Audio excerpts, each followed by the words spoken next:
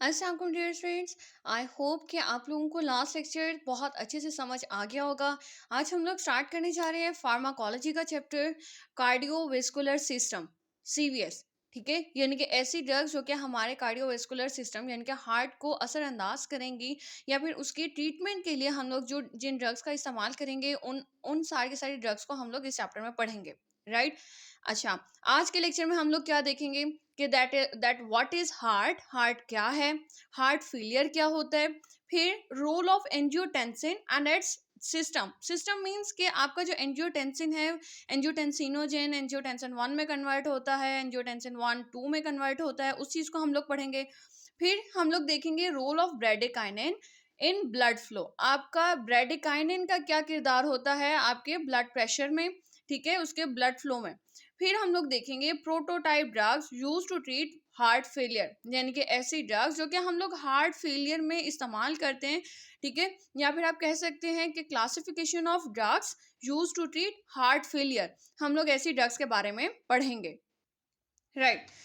सबसे पहले हम लोग स्टार्ट कर देते हैं that major diseases related to heart, related to cardiovascular system. आप लोगों के बुक के अंदर जितने भी कार्डियोवेस्कुलर सिस्टम पर असरअंदाज होने वाली डिजीजेस हैं उसके अंदर सबसे पहले हार्ट फेलियर के बारे में लिखा हुआ है, तो हम लोग इस लेक्चर में हार्ट फेलियर को पढ़ेंगे और इसके बाद नेक्स्ट लेक्चर में हम लोग एंटी एरिथमिक ड्रग्स को पढ़ेंगे।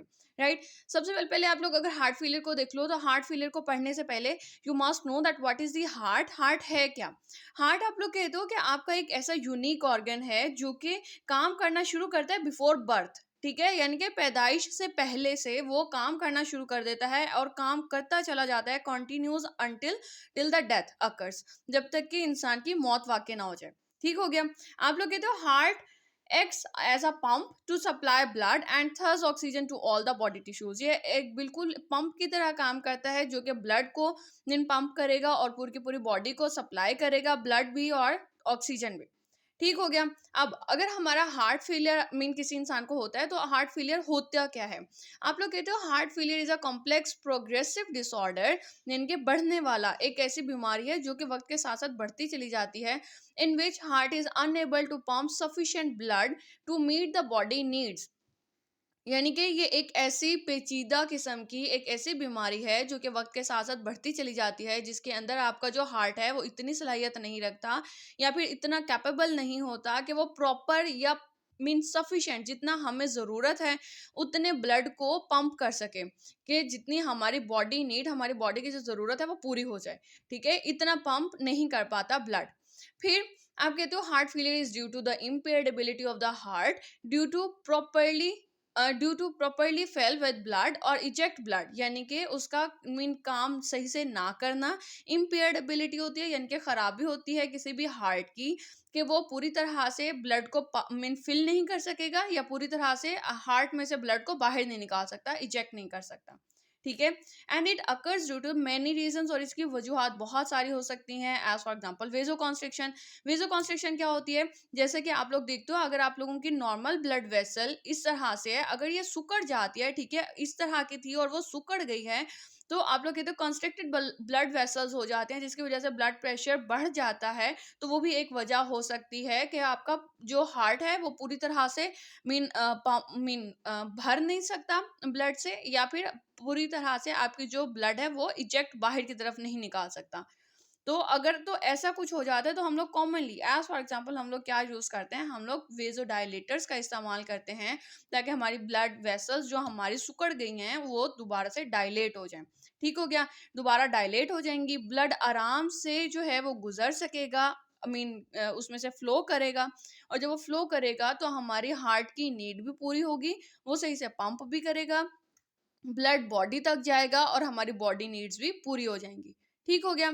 ये हमारा हो गया हार्ट फेलियर, जिसके हमने एक वजह क्या पढ़ी कि वेजो कॉन्स्ट्रिक्शन की वजह से भी होता है। ठीक है, हार्ट फेलियर हो जाता है। ठीक है, आपका हार्ट जो है वो प्रॉपर पंप नहीं कर पाता और आपकी बॉडी को प्रॉपर ब्लड और ऑक्सीजन नहीं मिल पाती, जो कि क्या कहलाता है, हार्ट फेलियर। अच्छा, अब हम लोग देख लेते हैं कि एंजियोटेंसिन क्या है और हमारे हार्ट फेलियर में इसका क्या किरदार होता है। आप लोग कहते हो एंजियोटेंसिन एक हार्मोन है जो कि क्या करता है, हमारे ब्लड प्रेशर को रेगुलेट करता है। कैसे रेगुलेट करता है? बाय कॉन्स्ट्रिक्टिंग ब्लड वेसल्स को कॉन्स्ट्रिक्ट करके, and triggering water and salt intake, और ये पानी को और सॉल्ट को अंदर रीअब्सॉर्ब कर लेता है, यानी कि बॉडी के अंदर ये ठहरा लेता है। ठीक है। अब मसला कब आता है? जब एंजियोटेंसिन जो है वो जरूरत से ज्यादा काम करने लगे। ठीक है। तो उस टाइम पे क्या होगा, हमारा जो ब्लड वेसल्स हैं जरूरत से ज्यादा कॉन्स्ट्रिक्ट हो जाएंगी, तंग हो जाएंगी, सुकड़ जाएंगी। ठीक है। और वो क्या, जब जब आपकी ब्लड वेसल सुकड़ जाएंगी तो फिर आपका ब्लड प्रेशर इंक्रीज हो जाएगा। इसी तरह से जब सॉल्ट इनटेक जरूरत से ज्यादा, अगर एंजियोटेंसिन काम करेगा, सॉल्ट जरूरत से ज्यादा बॉडी में रह जाएगा, सोडियम इनटेक, सोडियम रिटेंशन हो जाएगी, तो उससे भी क्या होता है, ब्लड प्रेशर बढ़ जाता है। ठीक है। यहाँ पर अभी हम लोग नॉर्मल एक उसका जो नॉर्मल हमारे मीन बॉडी में जो निज़ाम चल रहा है उसके बारे में पढ़ेंगे। तो आप लोग कहते हो एंजियोटेंसिन एक हार्मोन है। हार्मोन क्या होता है? आप लोगों ने अपने सेकंड चैप्टर में ये चीज़ पढ़ी होगी कि एंजियोटेंसिन सॉरी, कि हार्मोन क्या है? हार्मोन एक केमिकल होता है जो कि ब्लड में मीन आपका एक स्पेशलाइज्ड ऑर्गन जो है वो उसको मीन बनाता है। ठीक है। एक स्पेशलाइज्ड जगह पर ये बनता है और फिर ये ब्लड के अंदर चला जाता है और ब्लड से अपनी टारगेट साइट पे पहुंचकर अपना जो भी फंक्शन है उसको परफॉर्म करता है। ठीक है। Is a chemical that coordinate functions. कैसे? कि carry messages from the blood to your organs and muscles. ये मैसेज को लेता है ब्लड में से होता हुआ आपके ऑर्गन या फिर मसल्स तक पहुंच जाता है। ठीक हो गया। अब हम लोग बात कर लेते हैं कि एक्चुअली होता क्या है कि फ्रॉम द लिवर, लिवर में से एंजियोटेंसिनोजेन जो है एंजियोटेंसिन 1 में तब्दील होता है, और इसको तब्दील कौन करता है? रेनिन तब्दील करता है। रेनिन जो कि किडनी से रिलीज हो रहा है। ठीक हो गया। अब ये जो एंजियोटेंसिन 1 है, angiotensin 1 is converted into angiotensin 2, और इसको कन्वर्ट कौन कर रहा है? इसको कन्वर्ट कर रहा है एस एंजाइम। और ये एस एंजाइम जो है ये लंग्स से रिलीज होता है और किडनी में भी प्रेजेंट होता है, यानी कि लंग्स से रिलीज होगा and also present in the kidneys, और किडनीज में भी मौजूद होता है। ठीक हो गया। फिर आप लोग कहते हो कि आपका एंजियोटेंसिन 1 एंजियोटेंसिन 2 में तब्दील हो जाता है with the help of ACE enzyme. S क्या है? Angiotensin converting enzyme. ठीक हो गया। एंजियोटेंसिन कन्वर्टिंग एंजाइम है ये, जो कि आपके एंजियोटेंसिन 1 को एंजियोटेंसिन 2 में तब्दील कर देता है। और ये जो एंजियोटेंसिन 2 है ये वजह बनता है वेजोकॉन्स्ट्रिक्शन की। ठीक हो गया। अब ये इसके साथ साथ ये काम करता है एड्रिनल ग्लैंड्स के ऊपर कि वो क्या, stimulate to release of aldosterone, कि वो एल्डोस्टेरोन को रिलीज कर दे। ठीक है। एक तो ये वेजोकॉन्स्ट्रिक्शन की वजह बना, और दूसरा एल्डोस्टेरोन को रिलीज करने की वजह बनता है कि हमारा एंजियोटेंसिन 2 जो है एड्रिनल ग्लैंड्स को मैसेज देगा कि मीन उसके ऊपर एक्ट करेगा कि वो स्टिमुलेट हो जाए और एल्डोस्टेरोन रिलीज हो जाए। अब क्या होगा, किडनीज पर ये एक्ट करता है। ये आप लोगों का मतलब कि जो आप लोगों का एंजियोटेंसिन 2 है, अब ये एक्ट करेगा किडनीज पे to stimulate reabsorption of salt and water. ठीक है। दूसरा इसका काम क्या हुआ कि ये रीअब्जॉर्प्शन कर देता है सॉल्ट की और वाटर की। अब यही बात कि अगर तो एंजियोटेंसिन 2 जरूरत से ज्यादा प्रोड्यूस हो जाएंगे तो वो वेजोकॉन्स्ट्रिक्शन भी करेगा और सॉल्ट की रिटेंशन भी कर देता है बॉडी के अंदर, जिसकी वजह से क्या होगा, ब्लड प्रेशर हाई हो जाता है। अब आप लोग देख सकते हो कि जब रीएब्जॉर्प्शन ऑफ वाटर या सॉल्ट यानी सोडियम अगर दोबारा से रीएब्जॉर्ब हो जाएगा तो क्या होगा, सोडियम रिटेंशन होगी बॉडी के अंदर, सोडियम रिटेंशन रह जाएगा। ठीक है। और जब सोडियम आपकी बॉडी के अंदर रह जाता है तो आप लोग कहते हो कि ब्लड प्रेशर बढ़ जाता है इसकी वजह से। तभी ये कहा जाता है कि जो हाई ब्लड प्रेशर के पेशेंट्स होते हैं, हाइपरटेंसिव पेशेंट होते हैं, उनको नमक कम इस्तेमाल करना चाहिए। ठीक है। क्योंकि उनकी बॉडी के अंदर ऑलरेडी जो है सोडियम रिटेंशन हो रही है, तो और ज़्यादा सॉल्ट लेंगे उसकी वजह से ब्लड प्रेशर हाई होने के चांसेस होते हैं। राइट। अब यहाँ पर एक और चीज़ आती है कि ये जो एस एंजाइम है ये क्या करता है, ये आपके एंजियोटेंसिन 1 को एंजियोटेंसिन 2 में तो तब्दील कर रहा है, इसके साथ साथ ये क्या करता है, ये ब्रेक डाउन कर देता है किसकी, ब्रेडिकाइनिन की। ब्रेक डाउन करता है ये ब्रेडिकाइनिन की। और ब्रेडिकाइनिन क्या है? Bradykinin is a vasodilator. Bradykinin एक प्रोटीन है या एक पेप्टाइड है जो कि क्या करता है, ये वेजोडाइलेशन कॉज करता है। तो इस वजह से हम लोग जब कभी ऐसी मीन जब हम लोग इसकी ट्रीटमेंट की तरफ जाते हैं तो हम लोग अगर एस इनहिबिटर ले लें तो क्या होगा कि आपका एंजियोटेंसिन 1 एंजियोटेंसिन 2 में नहीं तब्दील होगा, जिसकी वजह से वेजो कॉन्स्ट्रिक्शन रुक गई। दूसरा, ये एस एंजाइम जो कि हमारे ब्रेडिकाइनिन को तोड़ रहा था, ठीक है, जो कि ऑलरेडी वेजोडाइलेशन कर रहा था, ठीक है, तो ये क्या होगा कि हम लोग एक तीर से दो निशाने लगाते हैं कि एस एंजाइम को ही रोक दिया, ये इससे इसमें कन्वर्ट होने से रुक गया, और दूसरा ब्रेडिकाइनिन टूटने से बच गया, तो ये ब्रेडिकाइनिन भी वेजोडाइलेशन कॉज करेगा, राइट। अब अगर हम लोग ब्रेडिकाइनिन को मजीद थोड़ा सा डिटेल में देखें तो आप कहते हो bradykinin is a peptide that stimulates या increase the production of prostacyclin and nitric oxide। Bradykinin क्या करता है? ब्रेडिकाइनिन एक प्रोटीन है, एक पेप्टाइड है जो कि स्टिमुलेट करता है या इंक्रीज कर देता है प्रोडक्शन ऑफ प्रोस्टासाइक्लिन की और नाइट्रिक ऑक्साइड की, ठीक है। और ये प्रोस्टासाइक्लिन और नाइट्रिक ऑक्साइड क्या है? ये एक पोटेंट वेजोडाइलेटर है, यानी कि वो जो आप लोगों की वेसल जो थी वो जो सिकुड़ी हुई थी, ठीक है, सिकुड़ गई थी, उनको ये दोबारा से नॉर्मल कर देता है, ठीक है, ताकि ब्लड आराम से फ्लो करे। और आप लोग कहते हो कि ये डिस्ट्रॉय हो जाती है बाय एस एंजाइम। ये जो ब्रेडिकाइनिन है ये किसकी वजह से डिस्ट्रॉय हो जाती है? हमारे एस एंजाइम की वजह से। It is a vasodilator, bradykinin is a vasodilator, therefore we use ACE inhibitors in high blood pressure। हम लोग ACE inhibitors का इस्तेमाल करते हैं हाई ब्लड प्रेशर का, जैसे कि मैंने भी आपको एक्सप्लेन किया। अब हम लोग ड्रग्स देख लेते हैं that are prototype drugs use to treat heart failure. ठीक हो गया। इसके अंदर आप लोग कहते हो कि रेनिन एंजियोटेंसिन सिस्टम ब्लॉकर, जैसा कि अभी हम लोगों ने पीछे पढ़ा कि रेनिन एंजियोटेंसिन सिस्टम ये वाला आप लोग कहते हो ये आप लोगों का सिस्टम है, ठीक है, रेनिन एंजियोटेंसिन सिस्टम है। अब हम लोग यहाँ पर क्या क्या काम कर सकते हैं? अब आप लोग देख सकते हो कि या तो अगर मैं इस एंजाइम को रोक दूं, इस एंजाइम को ही ब्लॉक कर दूं, इसको काम ना करने दूं, तो फिर हमारा ये कॉन्स्ट्रिक्टर भी ना बने, वेजो कॉन्स्ट्रिक्टर पैदा ही नहीं होगा, ठीक है, तो आपकी वेजो कॉन्स्ट्रिक्शन रुक जाएगी।